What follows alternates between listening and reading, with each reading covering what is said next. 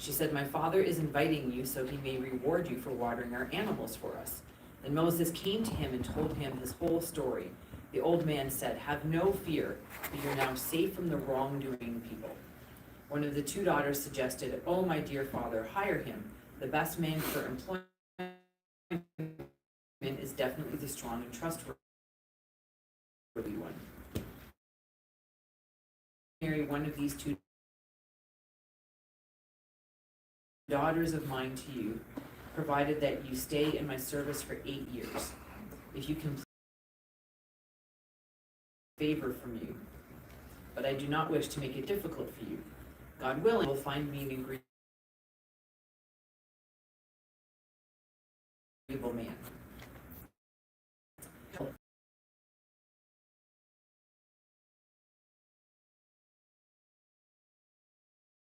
So, what stood out to you? This, I could be wrong, but No. very much sounds like Jacob's. Yeah. Exactly. Yeah, why? Exactly. See, just hate somebody who knows the Bible stories. Don't lose the page. Yeah. Okay, so what was it in the account that signaled to you this sounds like Jacob? The well, and definitely because he was I don't say the name right, Laban, negotiating with Laban for working for him, and there was 2 daughters. Right. So how many daughters did Laban have? 2. 2. How many daughters are here in the story? 2. Okay, that's interesting. Does anybody remember? Do you remember how many daughters Jethro had? The father-in-law of Moses in I only Exodus. know 7. 7. Oh, okay. In Exodus 2. Okay, we'll read it actually in a second. So, all right, so we got that. There's the wrong number of daughters, which corresponds to the story of Jacob, because there's 2 daughters of Laban. And it's emphasized, right? It's one of two. And question, did Moses in Exodus work to get his wife? No. Okay, no, he didn't. Who worked to get his wife? Jacob. Jacob. Now he worked 7 years plus another 7, so it's the wrong number of years. It's 8 or 10. But how many wives did Jacob work to get? This is kind of a trick question. Well, he thought he was working. There you go. Say it in the mic. He thought he was working for one. Yeah, he worked only for one, but he ended up getting 2. Okay? Working extra. So he worked to get Rachel the first time and he got the wrong wife. He worked to get Rachel the second time and he got her. So he only worked to get Rachel twice. Okay? So he worked 2 terms to get one wife. It's interesting. Let's go to Exodus now. So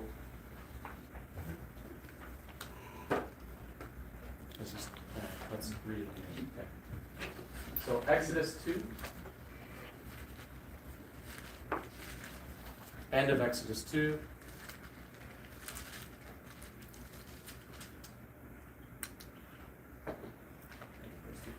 Yeah, very end of 15 is where it starts. He sat down by a well. Okay. And he sat down by a well. Now the priest of Midian had 7 daughters, and they came and drew water and filled the troughs to water their father's flock. The shepherds came and drove them away, but Moses stood up and saved them and watered their flock. And when they came home to their father Reuel, he said, "How is it that you've come home so soon today?" They said, "An Egyptian delivered us out of the hands of the shepherds and even drew water for us and watered the flock." He said to his daughters, "Then where is he? Why have you left the man? Call him that he may eat bread." And Moses was content to dwell with the man, and he gave Moses his daughter Zipporah. Okay, now keep one more verse. 3 verse 1. 1 and 2? Yeah. Verses 1 and 2. Yeah. Now Moses was keeping the flock of his father-in-law Jethro, the priest of Midian, and he led his flock to the west side of the wilderness and came to Horeb, the mountain of God. And the angel of the Lord appeared to him in a flame of fire out of the midst of a bush. He looked, and behold, the bush was burning, yet it was not consumed. Okay, so that's the end of, that's the parallel with what we read in Surah 28 in the Qur'an. Okay, so question is, in Exodus, Who was Moses traveling with when he came to the burning bush? No one. No one. What was he doing? Has a sheep, right? He's shepherding Jethro's flock. So he has somebody like. So animals. is he intending to go somewhere? No. No. Is he planning to go back to Egypt at this point? No. No. Okay. Heck no, because exactly, right. He's a fugitive. Yeah. Okay, he's good. He's been there like 40 years. Okay, he's not going anywhere back. All right. But if you reopen. Yep. Yep. And read verse 29 again in the Qur'an. When Moses had completed the term and was traveling with his family, he spotted a fire on the That's side it. of Mount Who was he traveling with? Tabor. Who, after he worked to get his wife and had a family, traveled with his family back to his homeland? Jacob. So it's still Jacob, but it's mixed in with Moses. Okay, it's interesting actually, the Quran has no account of Jacob. There's no Jacob story. Well, because it's Moses. in the It would Quran, sound a right? lot like this one. Okay, so we call this an example of mixed stories. Now it's very interesting. Actually, if we go to Genesis 29, I'm going to pull that up here.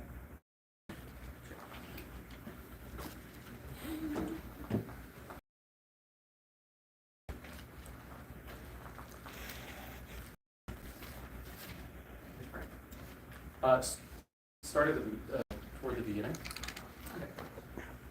Yeah. Yeah, just read. Then Jacob went on his journey and came to the land of the people of the east. As he looked, he saw a well in the field, and behold, 3 flocks of sheep lying beside it. For out of that well the flocks were watered. The stone on the well's mouth was large, and when the flocks were gathered there, the shepherds would roll the stone from the mouth of the well and water the sheep, and put the stone back on its place and cover the mouth of the well. Jacob said to them, "My brothers, where do you come from?" They said, "We are from Haran." He said to them, "Do you know Laban, the son of Nahor?" They said, "We know him." And they said to them, "Is it well with him?" They said, "It is well, and see, Rachel his daughter is coming with the sheep." He said, "Behold, it is still high day. It is not time for the livestock to be gathered together. Water the sheep and go, pasture them." But they said, "We cannot until all the flocks are gathered together and the stone is rolled from the mouth of the well. Then we water the sheep." While he was still speaking with, I think it's good. Okay. Oh no, sorry. Did we get to the? You put it back. No, keep reading. Sorry. while he was still speaking with them, Rachel came with her father's sheep, for she was a shepherdess. Now as soon as Jacob saw Rachel, the daughter of Laban, his mother's brother, and the sheep of Laban, his mother's brother, Jacob came near and rolled the stone from the well's mouth and watered the flock of Laban, his mother's brother. Then Jacob kissed Rachel and wept Okay, aloud. that's good. That's good. Okay, so what is going on in the story? There is what's the obstacle here for watering? The stone. The stone. There's a really heavy stone lid on the well. Now I want you to think in Exodus, was there a heavy stone lid that Moses had to move off the well? In fact, it's interesting because the order of the people who came to the well, or Jacob, and then so the male shepherds. Okay, the order is all different. Who arrives at the well, if you look at it closely. But also in Exodus, there is no heavy stone lid because Moses gets there, then the women get there in the Exodus, and they already start watering their flock first in the Jacob narrative, but in Genesis. But in Exodus, they arrive last. The women are already watering their flock. They interrupt them and they steal their water, right? And then Moses comes in and steps in and fends them off and waters the flock for the girls, right? So here that's not what happens. All the male shepherds are waiting because there's a heavy lid on the stone, the heavy stone lid on the well. That's too heavy for one person to move. For 4 people to move. Or, sorry? 4 people. 4K, yeah. So, and so they agree. They have this common agreement. We're going to wait till all the shepherds arrive, then we'll move this lid off. Maybe all 10, together. right? And they can't open the well. We're all going to agree to come together. And they can't open the well. We're all going to agree to come together. Wait till everyone's here, do it together. So Jacob then sees Rachel coming, and he's like, "Well, she's okay, attractive. I'm going to show off, I'm all on my own. I'm going to move the really heavy lid. Water all the flock. Put it back. Okay, so that's the story in Jacob's account. Well, I'm going to read, and if you open your handbook on that page 25, you'll see a quotation. You can follow along. Is there more? Where is You can sit down for a second, but we're going to do another one. Okay. You can stay or sit down. Okay, but I want you to read this on that page at the bottom. It says Ibn Kathir. Ibn Kathir is a commentator, so in the 14th century. So this is from one of his books called The Stories of the Prophets, where he goes through and he tells the Islamic stories of the prophets. And they also add in, because the Qur'an doesn't tell a lot of information often, so they have to fill in gaps and fill in the story.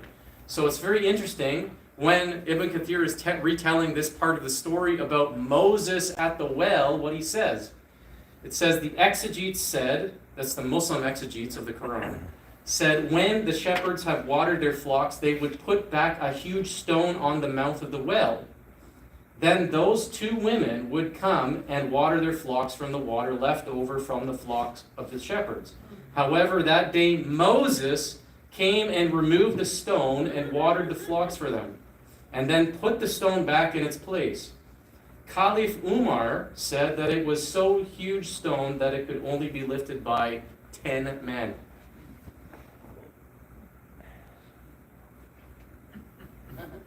Moses moved this rock lid off the well. You see? That's not even in the Quran. Now the Quran says there are two qualifications that the young lady says to her father. We should hire him because he is strong and trustworthy. So the idea comes from he's strong. How is he strong? I guess he moved the heavy stone lid off the well. Moses. Okay, you can see actually, this is like 14th century. And they still are mixing the stories. They still don't really have access to the actual text. And where are they getting it from? I guess maybe the Jews are keep telling them stories or something. Because this is from nowhere. It's Jacob. Right? So it's Jacob in the Quran. It's Jacob in the Islamic commentaries even more. Okay? In fact, there are some Muslim commentaries that say that when Moses was leaving, he had to select from the flock what he was going to inherit. So he had them go through getting spotted and all of that stuff, which is all Jacob again, right? So this is the point. Now I want you to think, with the mixed stories, this is one example. We're going to use another one next, okay? Now I want you to think, the Muslims are going to say the Torah was corrupted in this way? How is that even possible? And why? And when? And all of that. But just try to unravel that. So the Torah, because the Torah had to be, according to their claims, had to have originally told the stories the way the Quran tells it. And then I guess the Jews changed it from the Quranic version of the Torah to what we have now in Genesis and Exodus. Okay, so what? Moses originally in Exodus, it used to say that he worked for 8 or 10 years to get his wife. One of two. Right? And he also was only in Midian for 10 years before he went back to Egypt. And he was traveling with his family when he went to the burning bush. Why was he traveling with his family? Because he was intending to go back to Egypt. You see? After finishing term. Because he finished the term and now he can go back. So this is completely incompatible with everything that's in the story and Genesis 30:25. 30:25. 30:25. Just read that. Somebody gets it, they can read it out loud. 30:25. As soon as Rachel had borne Joseph, Jacob said to Laban, "Send me away that I may go to my own home and country." Bingo. Right? So Joseph is the last child born before they leave from Haran. Okay? And is born in Canaan. So once he's born, it's like the first child to Rachel. Now Finally. okay, and they're going to go home. But as we noted before, Moses was not planning to go back home to Egypt. He was a How many fugitive. years? How many years? He And was? also, how long was Moses in Midian? Anybody know? 40? Got it. 40 years. But how long was he in Midian according to the Quran? There you go, 10. It's like 8 or 10, but they always say he served a longer term, Muslims. So the So it's 10 Pharaoh's years. still there. So what? The Pharaoh who tried to kill Moses It's still also alive. the same Pharaoh in the Quran. Okay? He does not die and get replaced with another Pharaoh, as it is in Exodus. It's not the same Pharaoh that Moses fled from when he goes back to Egypt in Exodus. Right? He hears word, yes, that Pharaoh has died, another Pharaoh. Okay? That's not the case in the Quran. It's the same Pharaoh. So the Jews have to change everything, including the timing of event. Yeah. People who surround Moses in Egypt. So that's the problem now Muslims should face when they accuse the Torah of being changed and corrupted. In which way? And by the way, there is a one verse out of Hosea 12:12. If you can read it. Somebody, go to Hosea 12, verse 12. So that's not You the know that Torah. book that you always go to? It's 700 years after Moses. Yeah, so like 700 years after Moses. Out Jacob of fled to the land of Aram. There Israel served for a wife, and for a wife he guarded sheep. Yeah. Let me read that again in case it didn't get in the mic, okay? So 12 verse 12, Jacob fled to the land of Aram. There Israel, that's Jacob, served for a wife, and for a wife he guarded sheep. So he worked for his wife. So it was wicked Jews who went through the entire Old Testament and trying to find spots about Moses being serving for his wife, according to, if the original story was like a Quranic, and they replaced name Moses with Jacob and Hosea 12:12. Like you can do it with the way I find it because I have internet, and I type it. I was looking for it. I said like.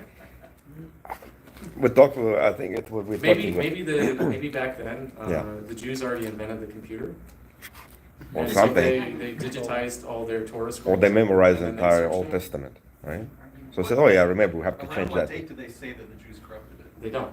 They don't. Now what you have to do is say there's only one place they can go. It has to be before the Dead Sea Scrolls.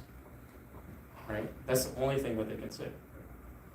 And then we have a problem, then it means Christ, Jesus, even Muslim Jesus, Isa al-Masih, and his apostles had no idea about the original Torah. They used the wrong Torah, they believe in the wrong Torah, and therefore Quran falsely attribute them to be victorious with knowledge of the truth.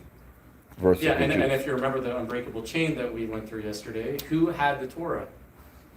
John the Baptist? Okay. Mary, the mother of Jesus, and Jesus. Right? And from Moses to Jesus, there were sinless prophets who had the Torah who used it for judgment among the Jews. So they're not corrupting it. So that's the point. They can't actually do that. They're not allowed to do it, but they're going to do it anyway because that's the only thing they've got to try to save Islam, as the Torah must have been corrupted long before Jesus, long before the Dead Sea Scrolls, otherwise it's done. Okay, and actually I want to, because we're talking about Moses, just for the sake of time, we're not going to be able to go through everything, connect it to the story. So we were talking about Moses, before we do the mixed story, we're going to do another one. We're going to talk about Pharaoh's, the adoption of Moses, we're going to say.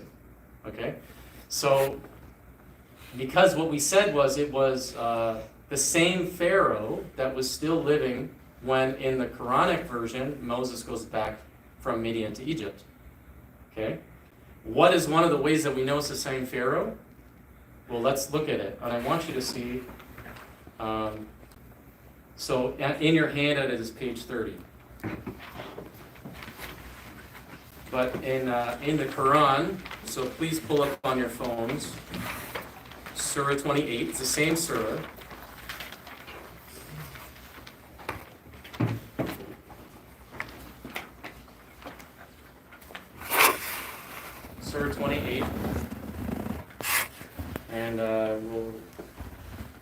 it's verse 9, but let's go just before that, okay? Let's start at verse 7. Okay, so Surah 28, chapter 28. Make sure you're following this. This is not a thing where you can just sit and listen and not follow.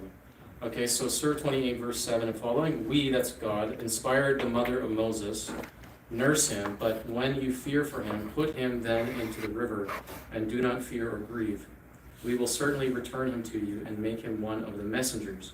And it so happened that Pharaoh's people picked him up, only to become their enemy and source of grief. Surely Pharaoh, Haman, ignore that for a second, Haman, and their soldiers were sinful. Verse 9, Pharaoh's wife said to him, this baby is a source of joy for me and you.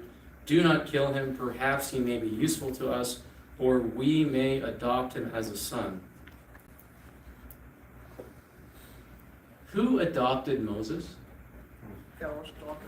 Pharaoh's wife, according to the Quran. No, Quran is the wife.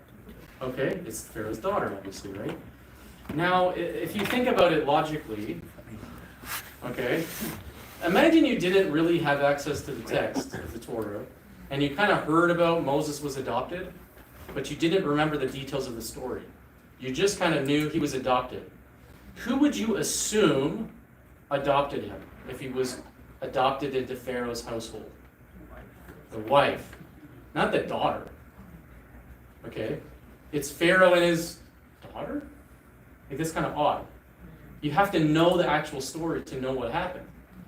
But if you're just kind of logically thinking about it, you're assuming things, the wife makes sense. Okay? This connects to the point that it's the same Pharaoh, because when Moses comes back, I don't know if you know the reference off the top of your... Oh, maybe it's here. Maybe it's the one listed I have. 26. Let's see if that's it. 16 to 18. Yes, it is. Surah 26, verses 16 to 18. So the Quran tells the same... The difficult thing with the Quran is that it scatters the stories all over the place. So you have bits and pieces of, and sometimes repetitions of the same story with different elements. So in Surah 26, verses 16 to 18. So God is telling Moses at the burning bush, go to Pharaoh and say, we are messengers from the Lord of all worlds. Command to say, let the children of Israel go with us. Pharaoh, now it's funny, it's like, it goes from God telling Moses what to go to say to Pharaoh, and then suddenly Pharaoh's speaking. Okay, so it's like, now he's actually done it, and Pharaoh's responding. Pharaoh protested, did we not raise you among us as a child? And you stayed several years of your life in our care. So is this the different Pharaoh? It's the same Pharaoh. And it's his family, right? And he adopted him because his wife adopted him, not his daughter. Okay? And actually, it's funny, in the Quran also, the wife of Pharaoh is like a righteous person. Okay? She's a model of faith. Which, what? Okay? So what's very interesting is, let's go to New Testament. I think before, okay. if somebody read from Exodus to Okay. Yeah, sure, we'll do that. 5 to 10. Exodus 2, chapter 2, 3 to 10. 5 to 10. 5 to 10? 5 Okay, to sure.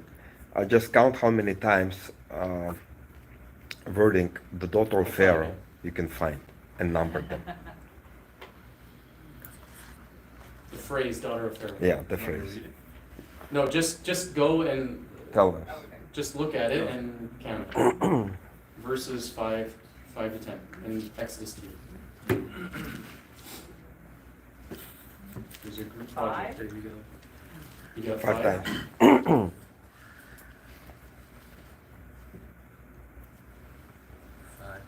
Did it mention in Exodus that it's a new Pharaoh when he goes back?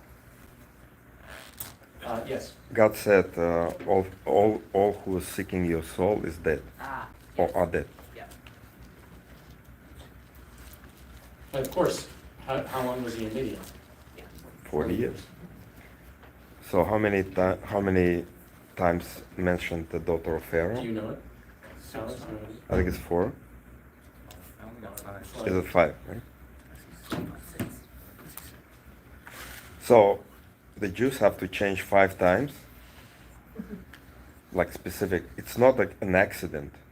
If you have a 3-letter word and you drop 1 by accident, it became wife, became daughter.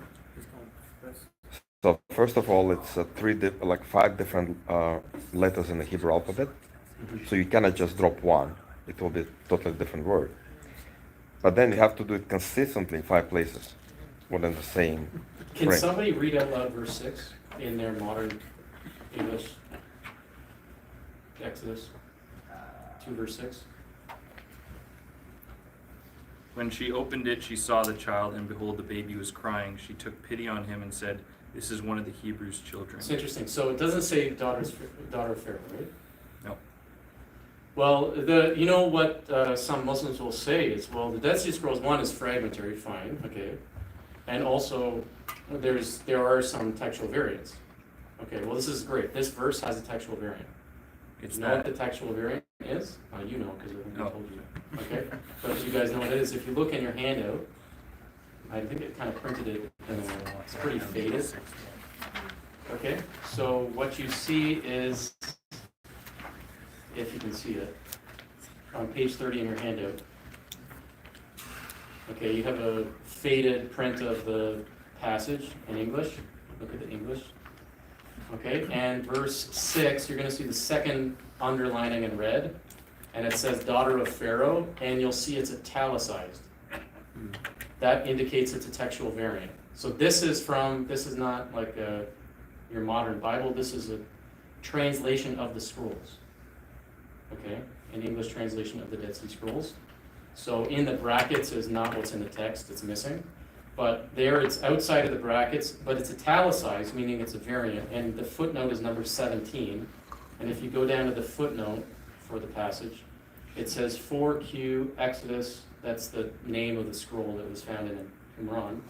And SP is Samaritan Pentateuch, and LXS is Greek Septuagint. They all say that's what it says, the daughter of Pharaoh, in those manuscripts. But the Masoretic text says, that's the Hebrew later version of it, says she. Look at the big difference. She or daughter of Pharaoh. It's not different. Okay? Because also, what does the Masoretic text have? All the other instances that you counted. 5. There is a 6th time also in the Dead Sea Scrolls, because of textual variants. We have another time that it's mentioned in the Dead Sea Scrolls, that daughter of Pharaoh. So, unfortunately, we have so many textual variants that, yeah, like that one, that says Pharaoh again, right? So this is a great example to use if they try to bring that up. It's like, okay, look, the textual variants are like, they're not very significant, but here's like, that's great, let's show you an example. So we have to say, okay, supposedly all the Jews are wicked and they corrupted their Torahs, right? Well, what about New Testament? Yeah, right. Did the Jews convince the Christians to corrupt their New Testament, do you think? Is that pretty reasonable? Especially after because the New Testament has to be written. So after the New Testament, the Jews and the Christians got along really well, right? No, okay. Okay, so let's go to the New Testament. Acts 7, verses 20 and 21. Someone read that out loud.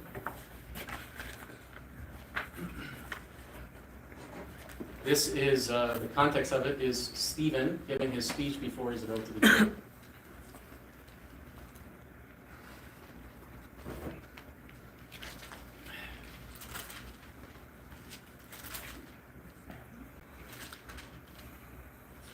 At this time Moses was born, and he was beautiful in God's sight. He was brought up for 3 months in his father's house. When he was exposed, Pharaoh's daughter adopted him and brought him up as her own. Sorry, wife or daughter? Daughter. That's interesting. Okay, let's go to Hebrews 11. This is, the hall of faith, I sometimes say. Hebrews chapter 11, verses 23 and 24. By faith Moses, when he was born, was hidden for 3 months by his parents because they saw that the child was beautiful and that they were not afraid of the king's edict. By faith, Moses, when he was grown up, refused to be called the son of Pharaoh's wife. Just kidding, it says daughter. Rather to be mistreated with the people of God than to enjoy the fleeting pleasures. Amazing.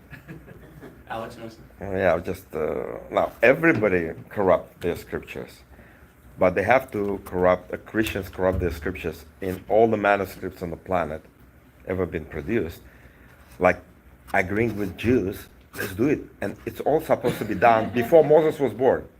Well, that's why I was asking, when did they claim that the corruption Before happened? Muhammad was born, maybe? About sorry, before Muhammad was born, 500 BC.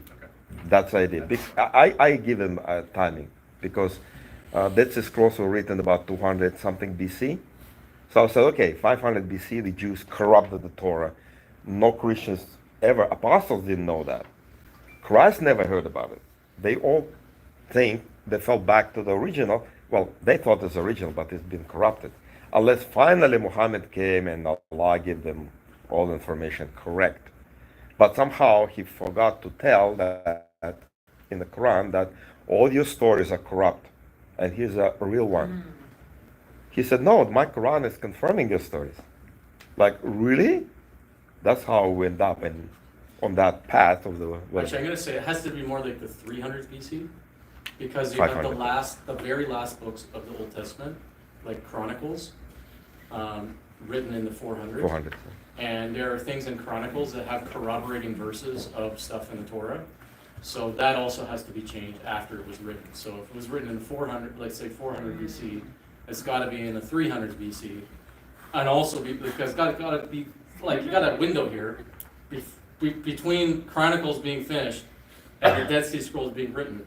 So that time period, Yeah. man. So I want to, perfect timing. I also want to spring the gun a little bit, but saying, in order for Quran to be true, so many things to be happened before, like the Jews have to corrupt every single story, remove all evidence from wife of Pharaoh to change to daughter of Pharaoh.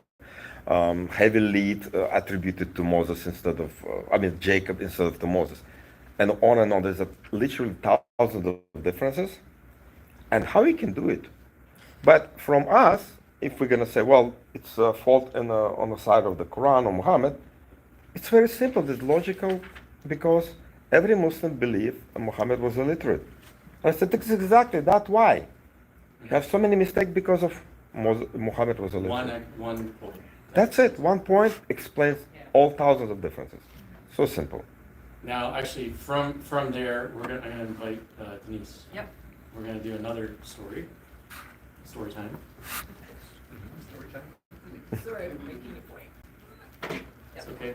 So everybody open or click in your Quran.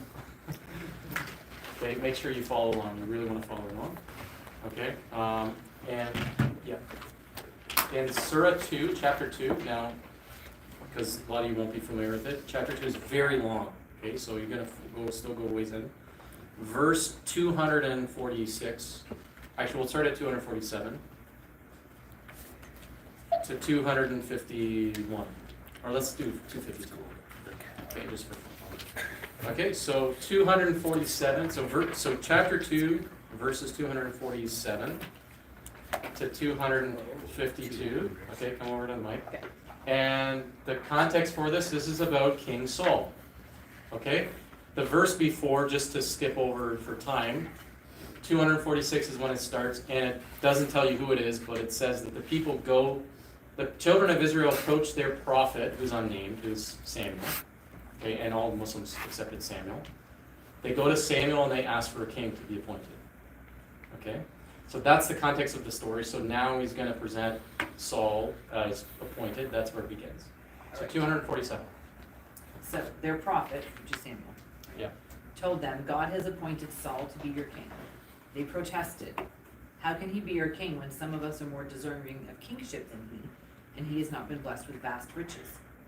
He replied, God has chosen him over you and blessed him with knowledge and stature. God grants kingship to whoever he wills, and God is all bountiful, all-knowing. Their prophet further told them, the sign of Saul's kingship is that the ark will come to you.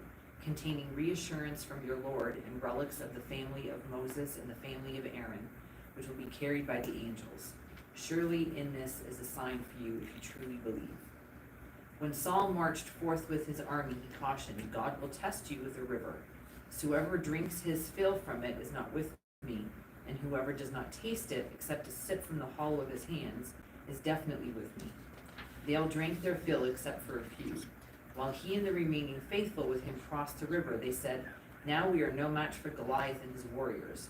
But those believers who were certain they would meet God reasoned, how many times has a small force vanquished a mighty army by the will of God? And God is always with the steadfast. When they advanced to face Goliath and his warriors, they prayed, our Lord, shower us with perseverance, make our steps firm, and give us victory over the disbelieving people. So they defeated them by God's will, and David killed Goliath. And God blessed David with kingship and wisdom and taught him what he willed. Had God not repelled a group of people by the might of another, corruption would have dominated the earth, but God is gracious to all. Next. Yeah, do the next one, please. These are God's revelations which we recite to you, O prophet, in truth, and you are truly one of the messengers. Okay, don't go away. So Denise, anything stand out to you? What's the big one? I would say the big one is that they wanted to go fight Goliath. That's one of the big ones. Okay, sure, that's big. Sure. And that they What They doesn't said what they really didn't- doesn't belong? Sounds like another story. What's the other story? Oh yeah, the water. Don't tell- That's one of the. Oh. Is it Gideon? There you go. Okay, why is it Gideon? Because the lapping up of the water. Exactly. Yeah, And he brings his army down to the water to test them based on how they drink them. yeah. To see these. And what happens as a result? Yes, we did it. What happens as a result? Does he have a greater number or fewer number? Fewer, way fewer. Fewer. So what is it in this story? That he has a lot. No, he's a lot fewer number also, based on how they drink. Because now they're like, how are we going to face Goliath? We've got so few people, we're no match. But we got to remember, what's the principle? God is the one who gives victory. He can save even with a few. And isn't that exactly the same thing in the story of Gideon? Yeah. He's got too many people to go against the Midianites, narrow it down, okay, so that you don't think you guys won the victory in your own strength.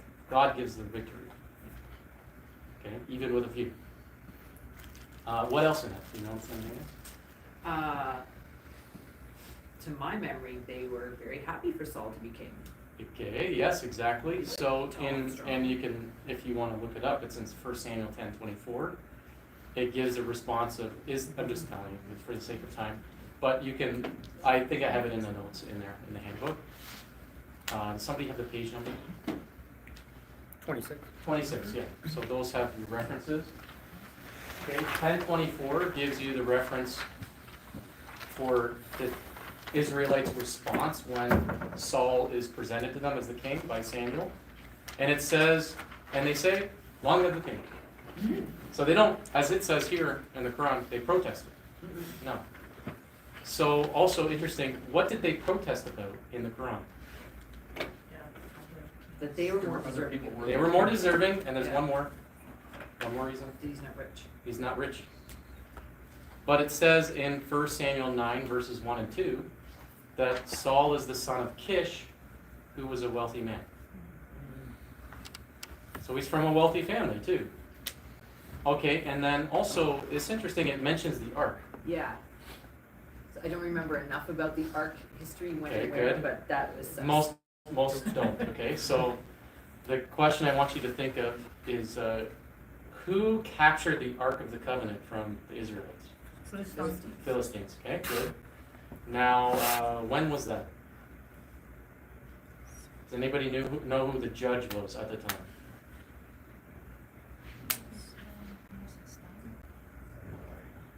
Before Samuel. Eli, there you go.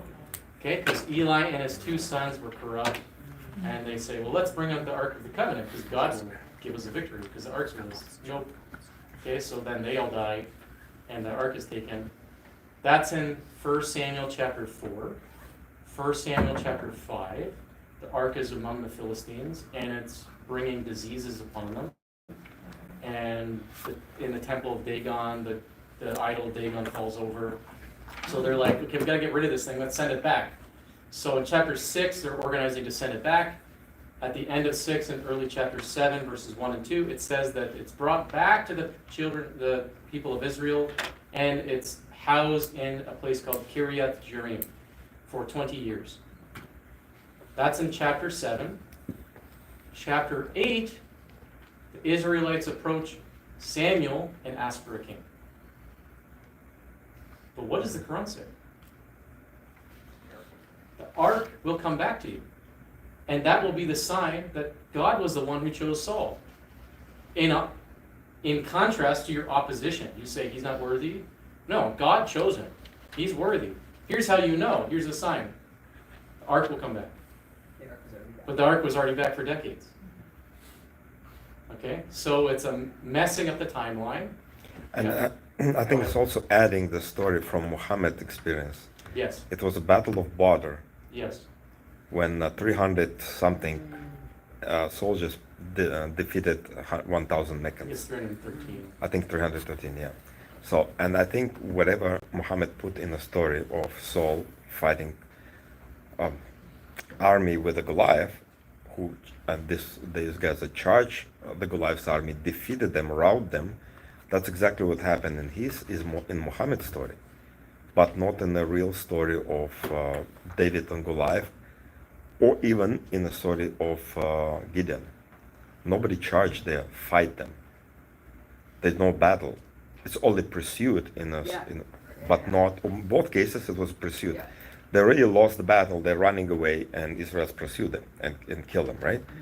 But in the story of Quran, they charge, they start fighting and defeat them.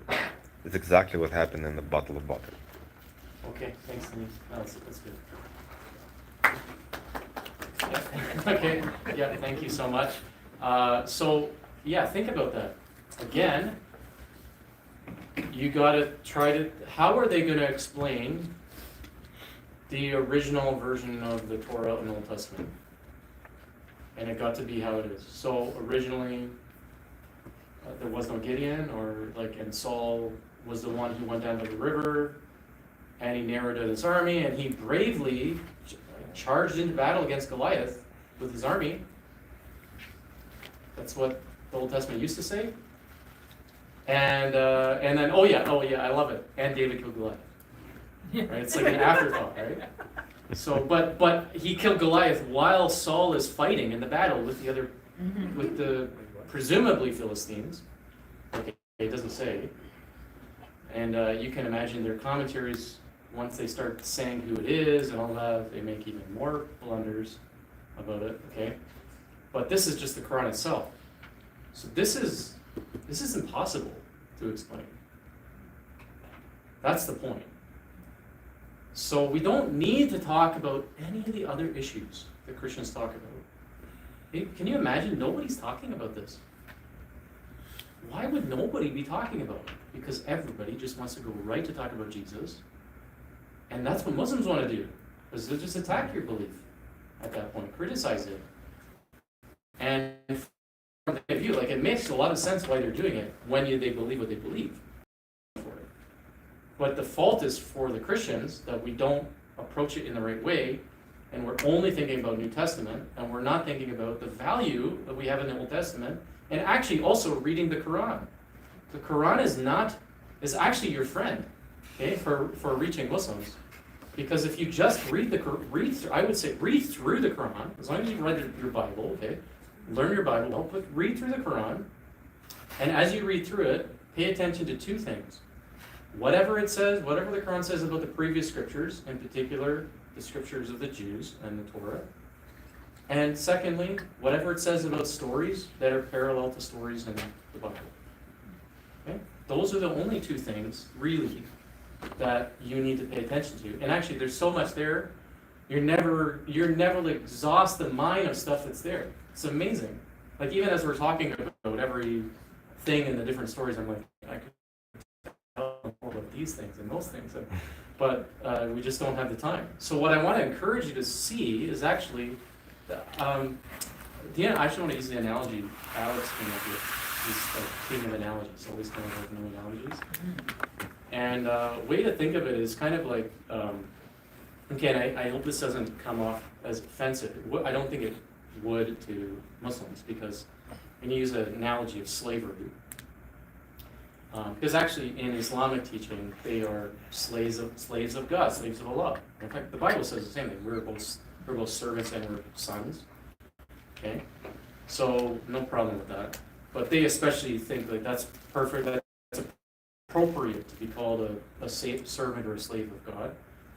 And so the analogy Alex came up with is kind of like, it's like if you go to a slave market and you have the money to buy the slaves and to set them free. All slaves. We have all the money that's needed to buy them all, to set them all free. The wealth that we have is in the scriptures, in the stories. It's all there.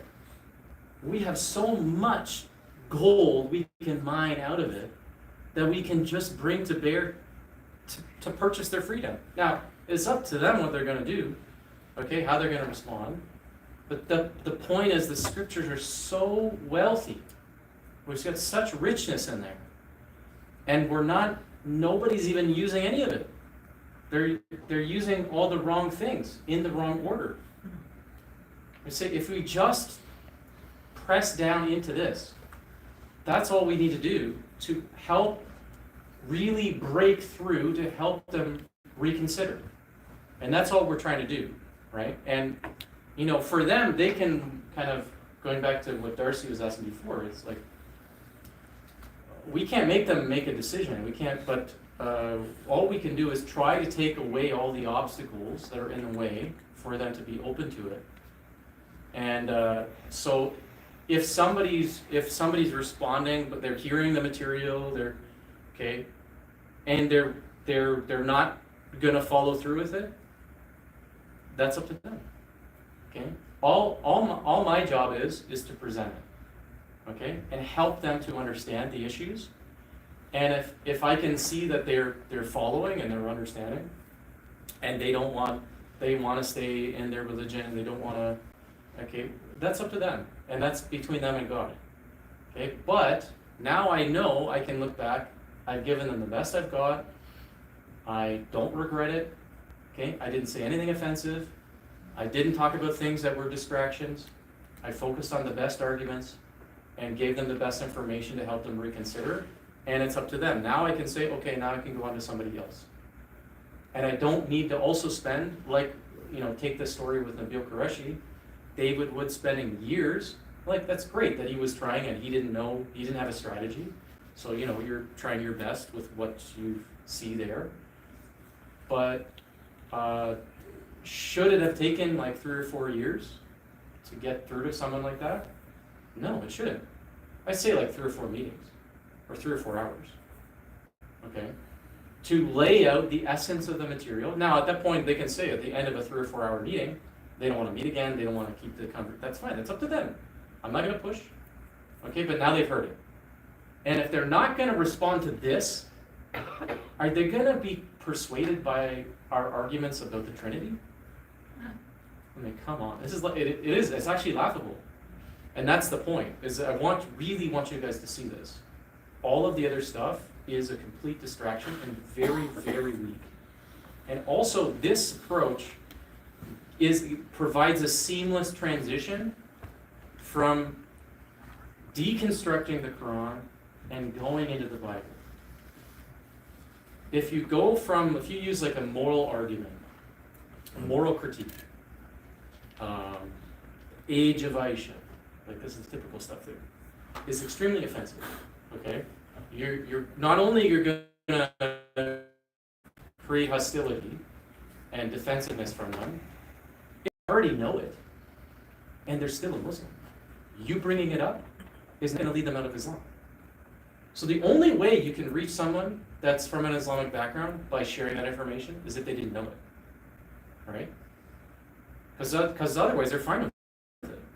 And most Muslims are fine with it. So only nominal Muslims So could be. only nominal Muslims who don't know much are in your potential, range of people that you can potentially reach. May I ask, have you had people go away, because it's a lot, right? Like when you're like deconstructing their title to life and belief system, go away and then maybe months or years later come back and say, because they can't forget about that. Like once you know something, you can't unknow it. So do they come back then and say, have a new conversation and say yes, or come back and say, like, I am now a Christian, I like, thank you for your help. Well, I haven't been doing it for that long, only in the last few years, right? If I met Alex and worked on it and everything. But yeah, I am starting to see that people come back, but yeah. I had one experience. Yeah, go ahead. The person came back to me 1 year later. And he told, because I give, at that time it was 2015, I think, I was giving presentation in what they called Adam's House for refugees. So one night I give a presentation of Master Key. It was a little bit different format, but the same message. And next day I was giving the lecture on global Torah change conspiracy, how the Jews supposedly managed to corrupt everything, right? And a year later, this guy approached me through a common friend, and when we met at Westminster Chapel, I asked him specifically, what caused you to leave Islam? He said, on the second meeting, when you show that particular slide, then I knew Islam is not worthy. Like it's all bad. I mean, I think I could use another word, but that's what he said. So for me, like, okay, in the middle of meeting, I know a presentation is like long, but he left in the middle. I didn't know until 1 year later, right? And most of the people I know or I meet, or even Greg meets, we meet once or twice max, and we don't know what's going on, right? Yeah. But what we have experienced is whatever we show them, they don't know it before. For example, 2 days from now, it will be debate between two, like Christian and Muslim, and it's advertised. And do you know the topic? Did the Prophet preach Tawheed or the Trinity, or oneness of God or Trinity? That's what they debate. And for me, just not only waste of time, it's a waste of opportunity. So instead of talking about the same topic like everybody talks for 1400 years, like why don't you talk about this? Because Muslims, I guarantee that most of the Muslims, 99% of Muslims won't know the difference between Moses' story and Jacob's story, between Saul's story and Gideon's story. And we have tons of that. Let's say you go to the chapter 12 of the Quran, the Surah 12 of the Quran, Yusuf, and you start reading carefully. You remember how many differences Greg found and documented from 98 verses? For Joseph. 941. Now they are like some of the bizarre, like really it belongs to the Quran and Quran alone. And they are funny when you look through it, and the Muslims don't know. I remember using some of them, and the Muslims were like, I read this story, but I never seen that way. Yeah. And it's obvious fault, right? So we show them more than what we go from that. It's just the tip of the iceberg. There's a lot of stuff to go through. If we have opportunity, and we'd like to share with Muslims, because without knowing that stuff, there is no reason for them to leave Islam. Objective reason. They could be subjective, and a lot of them living subjectively. But also many Muslims, I met many ex-Muslims, especially online, who left Islam because of the immorality of Prophet Muhammad and whatever. They going to paganism, to atheism, to whatever. They not coming to Christ. And as I was invited to one of the channel I talked to, leader invited me, but people, as soon as they heard, the ex-Muslims, all of them, that I believe in the Bible, they start attacking Bible. So the point is that guys have to say, guys, please stop it, right? He's here for a different reason. So using moral argument will not promote the Bible. Yeah, what we've kind of found is when we meet ex-Muslims who've left Islam for the moral reasons, they're typically less open to the gospel. Yeah, they become atheists or agnostics, and they're kind of disenfranchised with all of religion, and that's hard. Now you're kind of trying to say, well, No, but the Bible's different, okay? But now how do you get through to them, right? Well, so actually what our strategy is doing the whole time is we're showing how the Bible's different, right? I don't know, Alex, do you want to go with, do you want to do the Democratic Pharaoh? Yeah, we can do Okay, it. do you- Actually, do you we can know do two stories. I Yeah, have all let's the do it. references. So open it or go to in your Quran to chapter 12. If anybody wants to come and Anybody want to come up to do it? who doesn't know the story of Joseph from I the don't think I The did Quran. it with you, Pastor Ray. anyone who's like who haven't heard that before, who never read I don't from the think we did it Quran? with you guys. No. What was it? Yeah. Do you want to Joseph. come up? You got a Quran. You can. That's Surah 12. We will volunteer you. Okay, we have two stories to go through, but one is a little bit longer, one is shorter. Yeah. Sorry, Surah 12. Surah 12, 45 to 54. Well, there's Sorry, so much in what is I it? know. 12 what? 45. Make you up too far. 45 to 54. On the next page. Okay. Let me read that. Yeah. Finally, the surviving ex-prisoner remembered Joseph after a long time and said, I will tell you its interpretation, so send me forth to Joseph. He said, Joseph, O man of truth, interpret for us the dream of 7 fat cows eaten up by 7 skinny ones, and 7 green ears of grain, and 7 others dry, so that I may return to the people and let them know. Joseph replied, you will plant grain for 7 consecutive years, leaving in the ear whatever you will harvest, except for the little you will eat. Then after that will come 7 years of great hardship, which will consume whatever you have saved, except the little you have stored for seed. Then after that will come a year in which people will receive abundant rain and will press oil and wine. The king then said, bring him to me. When the messenger came to him, Joseph said, go back to your master and ask him about the case of the woman who cut their hands. Surely my lord has full knowledge of their cunning. The king asked the woman, what did you get when you tried to seduce Joseph? Then replied, God forbid, we know nothing indecent about him.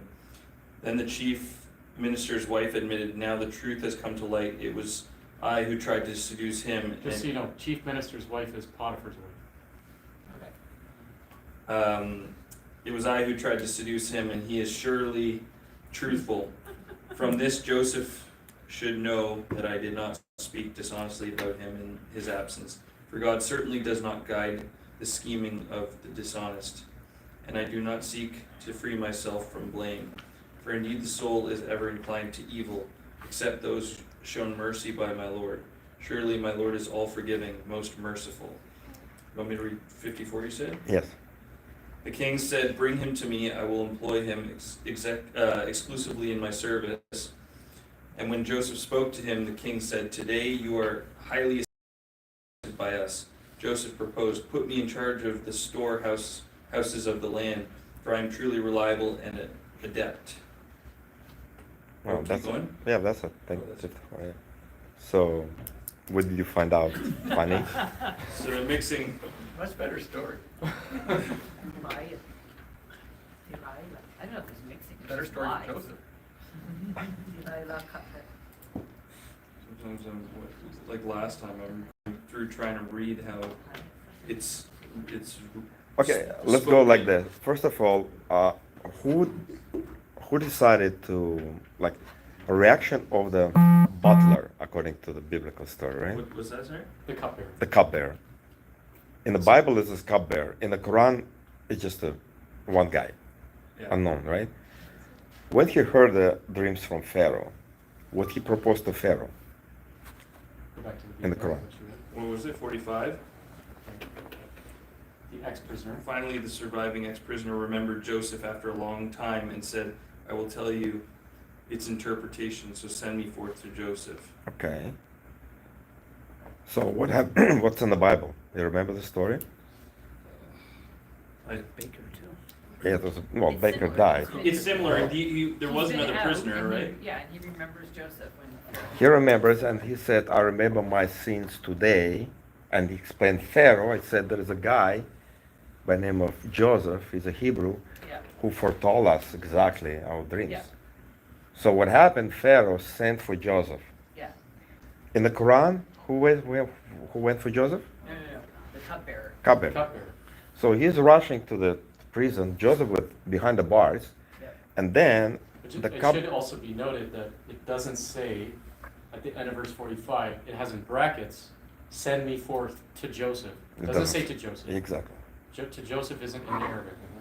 So the cupbearer never in the Quranic version, he never tells Pharaoh about Joseph. Before He's he went just to Joseph. he says, I will tell you the dream's interpretation, send me out. So he doesn't tell him anything, I forgot to tell you, he Of the told me- prisoner. The guy interpreted the dreams for me, and I told him I would tell you, but I forgot. Or he didn't say any of that. He says, I'll get you Send the me interpretation. out, but I'll go get it from Joseph, and then But it doesn't say I'll get it Take- from Joseph. He's just said, No, I but will he will, interpret and it. he'll take Exactly. So the he credit. goes to the prison. Yeah, he'll take the credit, exactly. So, because I want you to think, where then, so he goes to Joseph in the prison. it says, ahead. Joseph, O man of truth, interpret for us the dream of the 7 fat cows eaten up by 7 skinny ones, and 7 green ears of grain, and the 7 others dry, so that I may return to the people and let them know. So I will come back he'll to go Pharaoh. back, he'll give the interpretation. And Joseph behind the bars, telling him the You will interpretation. plant grain for 7 consecutive years, leaving in the ear whatever you will harvest. Et cetera, et cetera. So that's now Joseph interpreting the dream To- while he's in the prison cell To the cupbearer. So he's to the still in cupbearer, prison. and the cupbearer is going to go relay it to the Pharaoh while Joseph remains in prison. Is that how it happens in Genesis? No. Okay. It was a Joseph, it was a Pharaoh who told Joseph all the dreams. Before Joseph was put before Pharaoh, he has no idea why he was summoned. Over here, he already tell him story to the cupbearer. Cupbearer goes back to Pharaoh, and then Pharaoh said, "Oh, I heard the news about this guy. I heard this information. Now I want to see this great guy." Verse 50. Yeah, then the king said, "Bring him to me." And when the messenger came to him, Joseph said, "Go back to your master and ask him about the case of the woman who cut their hands." Okay, so don't think about the women yet. Mhm. But yeah. go Yeah. ahead. So, okay, Pharaoh, almost the God on earth, sending servant, and he gave a specific order: bring Joseph to me. The soldier or servant goes to the Joseph and said, "The Pharaoh summons you. Let's go." Joseph said, "Not me, not go." Okay, fine. I mean, you could say, well, Joseph get lost of his mind and whatever, like he's playing with the fire. He refused to go. Maybe some people act funny while being in the prison for long. So I want to ask you, what servants should do at that moment? The guard. What The should he guard. do? When Joseph says no, not yet. Oh, he would take him right to Pharaoh. and Yeah. Well, kill because him. why? Because Pharaoh gave him order, bring him to me. He didn't say, well, can you just go and ask him if Go he ask wants to him if come he to wants- me? yeah. Ask his opinion. That's not the bring me to me. So the guard should just said, forget it. I didn't ask your opinion. I just follow order of my servant. I'm sorry, of my Lord. But here, suddenly, not only Joseph lost his mind, the servant lost his mind. He goes back to Pharaoh, said he doesn't want to come. Like questioned what Pharaoh will do to the servant. Oh, he would act Exactly. his servant, and he would act his Yeah, because like you cannot allow people mock your orders. So I got the verse. So I'll come here. You can read it. This verse. So That's small. okay. I can read it. No. So this is in Genesis 14. 41, verse 14. Then Pharaoh sent and called Joseph, and they quickly brought him out of the pit. And when he had shaved himself and changed his clothes, so he had to get prepared as well, he came before Pharaoh. And Pharaoh said to Joseph, Okay, now they're going to interact, and he's going to interpret the dream in Yeah. Pharaoh's presence. I had a dream, and there, So, but you noted that word, quickly. Brought him out of prison quickly. Yeah, Alex? So it means there is no time delay. They didn't ask Joseph, do you want to come to Pharaoh? No, they just brought him, pull out and, go dress yourself. because that was the order from Pharaoh. But then we have these funny things, which you won't find in the Bible. Joseph said, no, I have to find out about this woman who cut the hands. And you'll be like, what are you talking about, right? The story from Genesis about woman who cut their hands? Yeah. No? No, cut their hands. Hands. Well, Saint Joseph, no? You should. I mean, come on, guys. That's right there, right, in the story. Let's read Is it? Yeah, let's read Okay, it. so go earlier in Surah 12, Yeah, where's that? okay, and then I think we should do the temptation. But we'll do that after, okay. What? Let's go to verse 30. Verse 30. It's 30 to Okay. 35. The women in Joseph's beauty. Yep. So by the way, this is after the seduction scene. So after Potiphar's wife in Genesis tries to seduce Joseph, right? So this is the scene after that. After the shirt. After the the shirt comes off in Genesis. So we might look at that as well, but just that's the context. So 30 to 35. Yeah. Some women of the city gossiped the chief minister's wife is trying to seduce her slave boy. Love for him has plagued her heart. Indeed, we see that she is clearly mistaken. When she heard about their gossip, she invited them and set a banquet for them. She gave each one a knife and then said to Joseph, "Come out before them." When they saw him, they were so stunned by his beauty that they cut their hands and exclaimed, "Good God, this cannot be human." This must be, it's just good God, like that. Good God. It's a lot. better. This cannot be human. This must be a noble angel. She said, this is the one for whose love you criticized me. I did try to seduce him, but he firmly refused. And if he does not do what I order him to, he will certainly be imprisoned and fully disgraced. Joseph prayed, "My Lord, I would rather be in jail than do what they invite me to. And if you do not turn their cunning away from me, I might yield to them and fall into ignorance." Mhm. So his Okay. Lord responded to him, turning their cunning away from him. Surely he is all-hearing, all-knowing. Mhm. And so it occurred to those in charge, despite seeing all the proofs of his innocence, that he should be imprisoned for a while. Mhm. Okay. So that's how Thank you. Joseph gets to prison. Yikes. Okay. Amazing story, right? Yeah. Why are we missing from the Genesis? I mean, like, come on, that's amazing story for the Sunday school, right? Yeah. It's like a Magic Mike story. That's okay. We don't need to explain it right Yeah. now. Okay, go ahead. Okay, so question is like, where did Muhammad got this amazing story from? Well, we'll find the source. Okay, so turn in your handout to page 38. It's almost at the very end.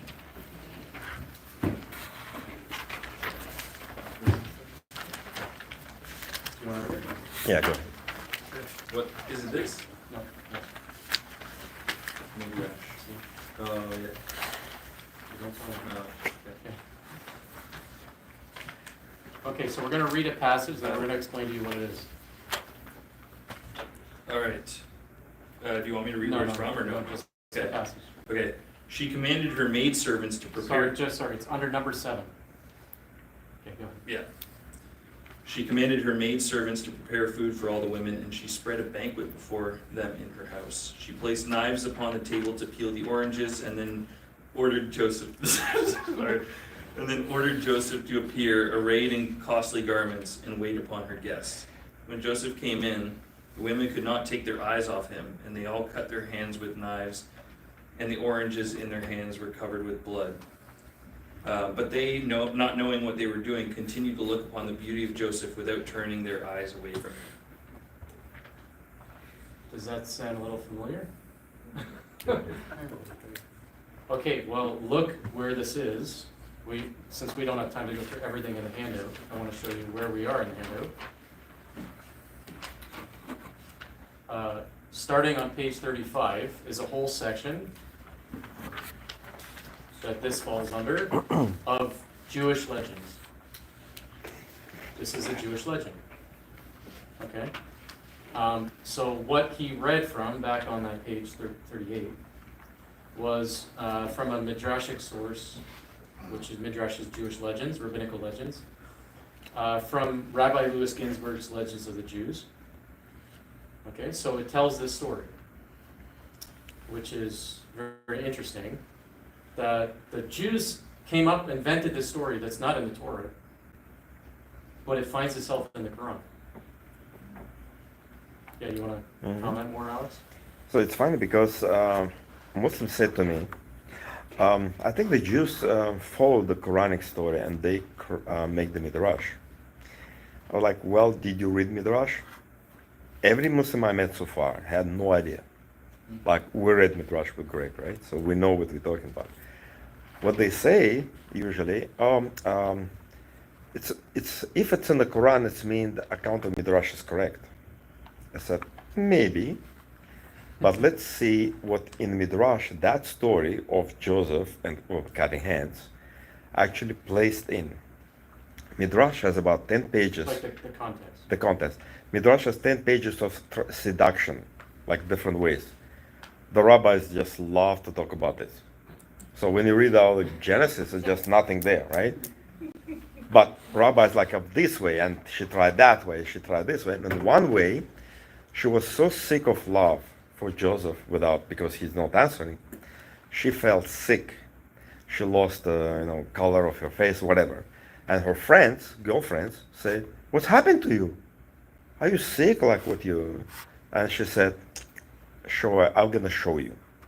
Come to me for the banquet." And after that happens, they said, and she said, "That's why I'm so sick." And they said, "Come on, you're the you can command him. Yeah. Like he could lay with you." And she said, "No, Joseph is so stubborn, he couldn't." So 1 year later, we have in the Quran, it's opposite. The short incident comes first. Then probably Muhammad remembers that, "Oh, I forgot about amazing story to tell." So he put the story in the wrong way and the wrong reason, because in the Quran, the woman started gossiping against her as she tried to teach him a lesson by bringing him to the banquet. And then you see, you accuse me in falling in love with him while you already fall in love with him. Yeah. You saw him like within a second, right? So the Midrashic account is more logical, which is fairy tale anyway, but it's placed in the wrong account. I want to let's go to that earlier part. So just read before where we were in the Quran. So Surah 12. Surah 12. Yeah, what was So it, we're 30? gonna read the actual seduction scene. Exciting. It is actually. So actually, this should excite you to It's read like the the Song of Quran. It's Solomon. very interesting. Sorry? It's like the Song of Solomon. Would no. Okay, so it's something. So Where Where is it again, sorry? So, yeah, let's. Well, we'll just start at verse 21 to 29. Want me to read it? Yep. 21 to 29. Yeah. Oh yeah. I gotta start here. The man from Egypt who brought him said to his wife, Who bought him? who bought him said to his wife, "Take good care of him. Perhaps he may be useful to us, or we may adopt him as a son. This is how we established Joseph in the land, so that we might teach him the interpretation of dreams. God's will always prevails, but most people do not know. And when he reached maturity, we gave him wisdom and knowledge. This is how we reward the good doers." And the lady in whose house he lived tried to seduce him. She locked the doors firmly and said, "Come to me." He replied, "God is my refuge. It is not right to betray my master who has taken good care of me. Indeed, the wrongdoers never succeed." She advanced towards him and and he would not have done likewise had he not seen a sign from the Lord. This is how we kept evil and indecency away from him, for he was truly one of our chosen servants. They raced to the door, and she tore his shirt from his back only to find her husband at the door. She cried, "What is the penalty for someone who has tried to violate your wife, except imprisonment or a painful punishment?" Joseph responded, "It was she who tried to seduce me." And a witness from her own family testified, "If his shirt is torn from the front, then she has told the truth and he is a liar. But if the shirt is torn from the back, then she has lied and he is truthful." So when her husband saw that Joseph's shirt was torn from the back, she said to her, "This must be an example of the cunning of you, woman.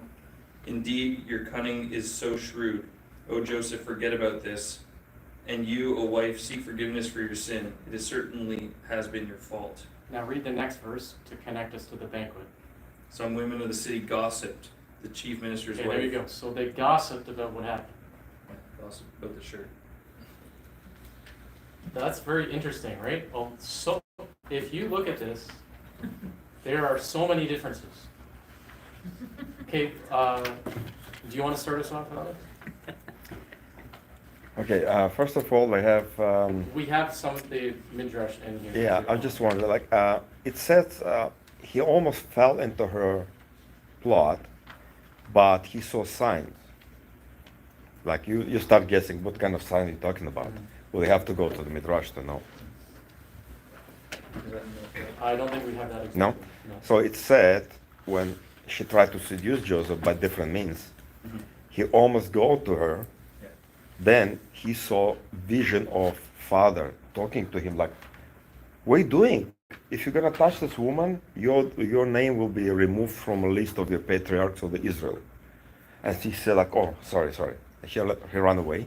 Then he had the same desire to go back to her. He went back to her. Then God himself appeared before him. And he said, "If you're gonna touch that woman, you see the stone I have in my hand? That stone which entire universe is, built, whatever. I will crush the stone." And Joseph get afraid and run away. And she tried to grab the shirt and he tore the shirt from the back. So we have this funny story, colorful story with having signs like visual, which is not in the Bible at all, not in the Torah. It's in the Quran. They just mention it, but like you can see why, because that midrash describes it in the full detail. What happened? 2 visions. Yeah, just like in the Quran, generally, it's telling it, mostly, is telling us an abbreviated account, right, of the biblical narrative, also of the midrash, but it's all mixed together. So it mentions the sign, but it doesn't tell you what the sign is. It's just like something. But it's giving It's still not from the details. Is it an overcompensation because he's not allowed to sin? Like In the Quran? Yeah, in the Quran. Well, it says Because he he has to would have, technically be he perfect. would have, but we show a sign.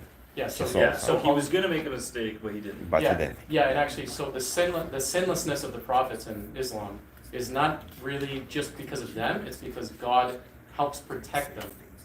So he intervenes to keep them on the right path. So this would be a perfect example of God stepped in to prevent Joseph from falling into the sin, To keep the prophets. to keep him sin pure. Does the larger midrash story align with the Bible or the Quran in the idea of, did he get thrown into prison for this, or did Potiphar blame his own wife? Because those are two very different stories. Which way does the midrash go? Do you know? Do you want to comment on it? So in Midrash account, after the incident with the shirt, Yeah. about 1 year later, incident with the cutting hands At the banquet. at the banquet. Yeah. 1 year later, she tried to seduce him and she grabbed his shirt. Well, it said he left the shirt in her hands and ran away, as in the Bible. Okay. And then she, And did Joseph get blamed and imprisoned? exactly that moment, that day. That's But the notice biblical this is the account. So reverse the order. midrashic account aligns with the Bible in that. Exactly, Yes. not with the Quran. Quran makes Yeah, mistakes. the key thing, so it's good you're asking the question, so you have to process it, okay, so, because what Muslims will have to try to do if we bring in midrashic stuff, the legends, they're gonna have to say, well, okay, it's not in the Torah, but it must be a true thing, like Alex said, and because it's in the Quran, it must be true. And the midrashic stuff if it doesn't predate it, it copied the Quran. So the Jews modeled their legends after what the Quran says. Okay? But the problem, going back to the question you asked before, is that the Midrash, if you think of it like this. The Torah is like a skeleton. The Midrash is extra stories that the Jews, knowing the Torah, told about the stuff in the Bible. So they build their stories on the skeleton of the biblical narrative. So generally, because they don't want to contradict it. Right? So they're telling stories generally that they think are aligned with it. It's like filling in the gaps of the story, the background, extra They context. embellish it, but they don't change it. They don't change it, but it's interesting because if you look closely enough at certain things, they end up contradicting it because you can't just add anything, right? But generally, they're basing it like the departure from the text where they create a whole new backstory. They're creating the backstory for what's in the text. So it's like the flesh built upon the skeleton of the story in the Torah. It's dependent upon the Torah, right? And it generally aligned with it. But the Quran, it's funny because it's not consistent with the Quran. The Torah. So the Quran is both inconsistent with the Torah and the Midrash. Where the Midrash is assuming things in the biblical narrative that are in conflict with the Quranic version. It's assuming it. So actually it's interesting that Midrash ends up being further evidence of corroboration for the Torah because it presupposes the biblical narrative, right? That it departs from and adds extra stuff. It doesn't presuppose the Quranic version. So if you can just show, if you look at the details enough, where you're giving an example, where it's presupposing the biblical story in the Midrash, and in what it's presupposing in the biblical story, that's a contradiction with the Quran. Now you can establish, even if we can't date exactly, we can't pinpoint when that Midrash was written down, etc., because there's lots of debate about when exactly things were written. Okay? So what we can show is it's not based on the Quran in so many ways. And when we can show that cuts from under them their ability to say, well, it came after the Quran, is dependent on the Quran. It's not. It's dependent on what the source is.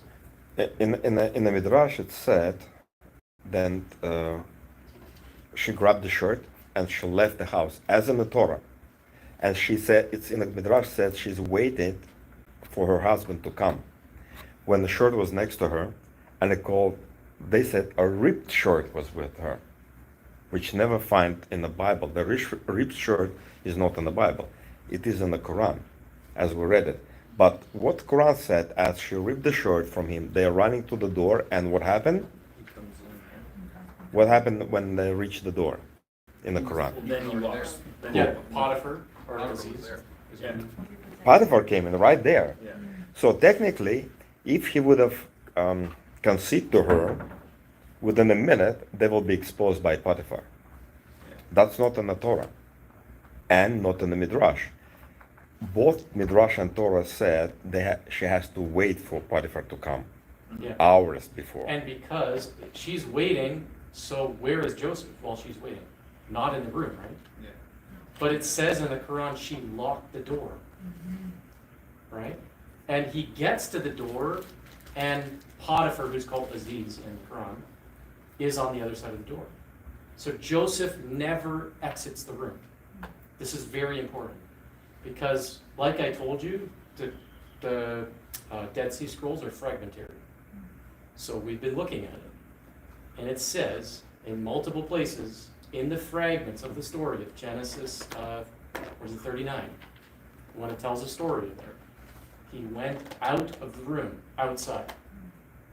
Okay. If Joseph got out of the room in the Torah, the Quran is false. That's it. Because the Quran says he doesn't get out of the room. And he makes a defense before Potiphar? I mean, no. There's no defense. She's, as you said, she's waiting for her husband to come home. with the shirt that's not torn, that just came off it, next to her side as evidence. She calls the servants, she tells the servants her story, then she's still waiting. She's still a long time waiting for her husband to come home. And then she tells her husband, and her husband is like, oh no, I don't believe you, and like, you're a cunning, all you women are cunning. Okay, you always make up stories. No, that's not what he says. That's what the Quran says. We're with Joseph in his presence. Okay, and Joseph ends up innocent in the Quran. Whereas this is, completely believes her, immediately sent to prison. In Midrash, actually, the Potiphar sees the reason, he summoned all these judges. They look at the ripped shirt and they said, oh, he's innocent. And they decided he saw he's innocent, but yet he said, you know what, I have to put you down into prison because of my name and my wife's name is stained, so please forgive me. That's in Midrash. That's almost in the Quran, because he declared Joseph innocent.